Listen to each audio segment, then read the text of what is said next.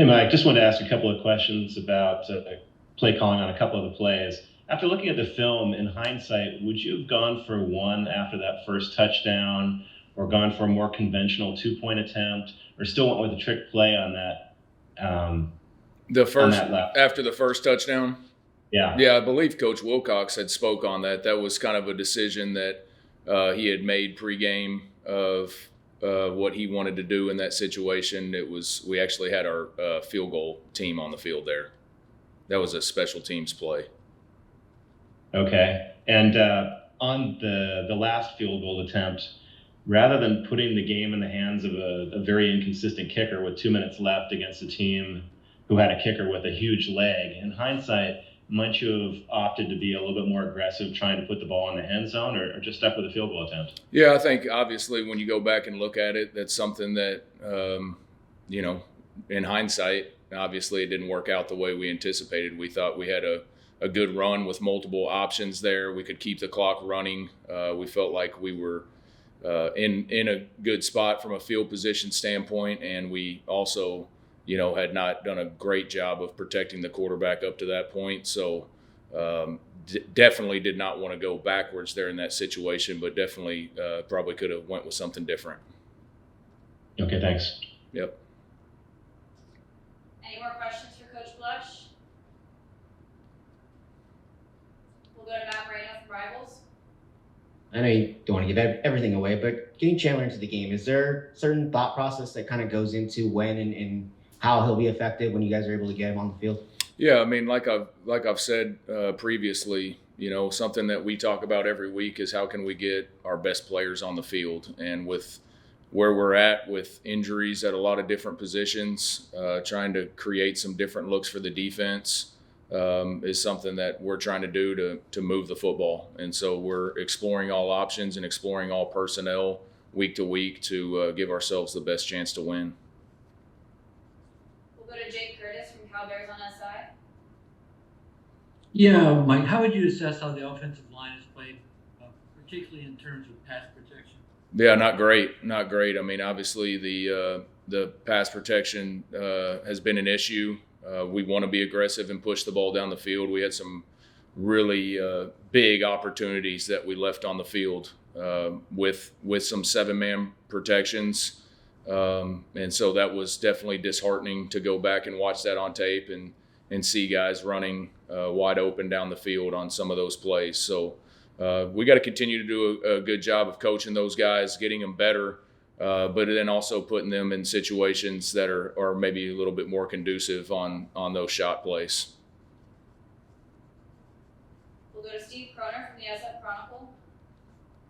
Yeah, Mike, Jack Embry was a good player last season. It's not as if it's a huge surprise that he's had as much success this season as he's had, but perhaps a little bit of a surprise. What has made him so effective, certainly in the past game? Yeah, just consistency and experience. I think that's the thing that sometimes I forget about is when I look at our roster, the amount of youth that we have on our roster.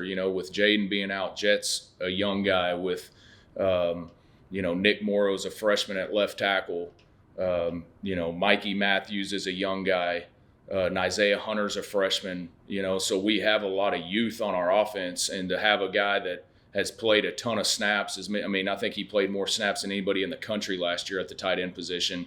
Obviously has been able to split some time with Corey Dyches this year, but when Corey being out last week was able to step up and really carry the torch for us, which I was extremely proud of and definitely not surprised about. We'll go back to Jim McGill. Yeah, Mike, last season was a big turnaround for the offensive line. There had been a real lack of success the prior few seasons before you came in. Fernando got hit a decent amount last year, but not sacked. And the running game was solid with Jaden being able to be one of the leaders in the nation in running. What's different this year? I know there's a little bit new personnel, but he's getting sacked at one of the highest levels in the country. Red zone, tough time putting it in the end zone. You have the opportunity. What's the difference? And do you feel like you have enough time to work with the line like you did last year when that was your main responsibility? Yeah, I think, obviously the consistency has not been there. And I think when you turn on the tape, you watch the game with a with a fine tooth comb like I do and like we do as a staff, and you see the ability to have explosive runs, the ability to push the ball down the field, and whether it's one guy here and one guy there, that's where we're inefficient. That's where we're not getting it done right now. And I think, is coming in new as the offensive line coach last year, we did have some older guys. We had some really good leadership with Matthew Cindric and Brian Driscoll, Barrett Miller, guys that were seniors, pretty senior heavy. And, I think obviously some of our youth and then some of the new guys that are playing, really this is my first year with those guys, with Will McDonald and Rush Reimer being transfers. So, I say all that to say, obviously has not been up to my standard, has not been up to our standard, and we've got to continue to work and grow and play better moving forward for us to go on the run that we want to go on here the next 6 games. Thanks. We'll go to Matt Moreno from Rivals. I know the coach answer is that you can only coach who's on the field and you next man up mentality, but how much has not having Keon and Tobias impacted what you want to do this season? Yeah, I mean, obviously those guys were penciled in as starters for us going into the season for a reason. They really had a good camp. I've been really proud of the guys that have stepped up in their absence. But yeah, I mean, there's really all I can do is control what I can control, and that's out of my hands. So we still have some really good players across the board, and we got to figure out ways to give them the best opportunity to move the ball and score points ultimately.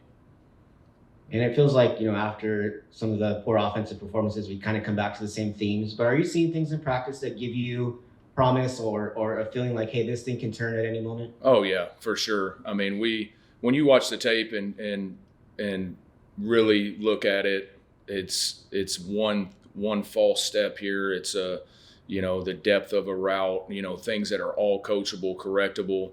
And I think, again, when I think back about, some of the youth that we have at certain positions, those guys understanding that every detail matters when it comes to executing a play, and it takes 11 guys. We can't have 10 guys doing exactly what they're coached to do and one guy not getting it done. So I think it's just the mental focus, the strain throughout a drive, throughout a series, throughout a game, whether it's 60 plays, 80 plays, doesn't matter. Just what that takes to be able to execute at a high level. And I think we all see plays every week that, like, okay, that's what it's supposed to look like. And obviously we need more of those, and we got to get that done ASAP. As Coach Wilcox is, but this time last year, Fernando was kind of just really stepping in as a starter for the first time, still a very young guy. What have you thought of his play through 6 games, and what more do you want to see from him, the second half of the season? Yeah, I think he's obviously done a great job of leading us. I love the way he plays the game. I love how competitive he is. Definitely has grown from last year. Obviously, again, when you talk about quarterback play, he's started, I guess, about 12 games now. So things are starting to slow down for him. But still a ton of growth. And I think that's the thing that I love about him, is he shows up every day, like, hungry to get better, hungry to do extra, hungry to watch the tape. And I'm expecting him to just get better with every game this season. Thanks, Coach.